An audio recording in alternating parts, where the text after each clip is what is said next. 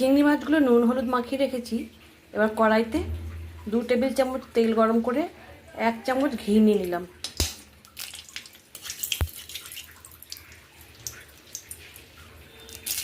চারটে এলাচ, 2টো লবঙ্গ আর সামান্য একটু দারচিনি দিয়ে দিলাম। মিহি করে কুচিয়ে রাখা পেঁয়াজগুলো দিয়ে দিচ্ছি।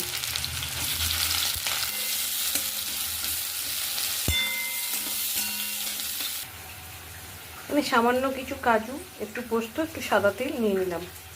এটাকে এবার গ্রাইন্ডারে পেস্ট করে নেব।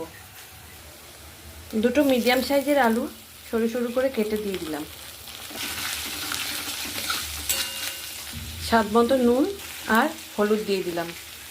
একই সঙ্গে আলু আর পেঁয়াজটা দুটোই ভালোভাবে ভেজে নেব। এবার একটা বড় সাইজের টমেটো কেটে রেখেছি, সেটা দিয়ে দিচ্ছি।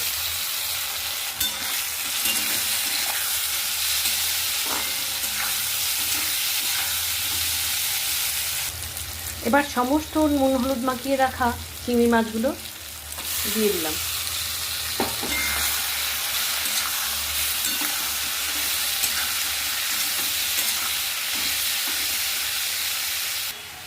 এবার এই বাটাটার মধ্যে স্বাদ মতো নুন, হলুদ, চিনি, লঙ্কার গুঁড়ো, কাশ্মীরি লঙ্কার গুঁড়ো দিয়ে দিলাম।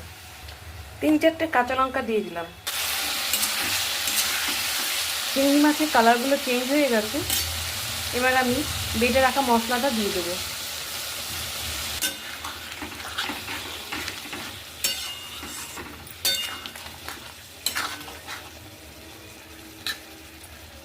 এবার গ্যাসটাকে কমিয়ে রেখে আমি ঢাকা দিয়ে দিলাম।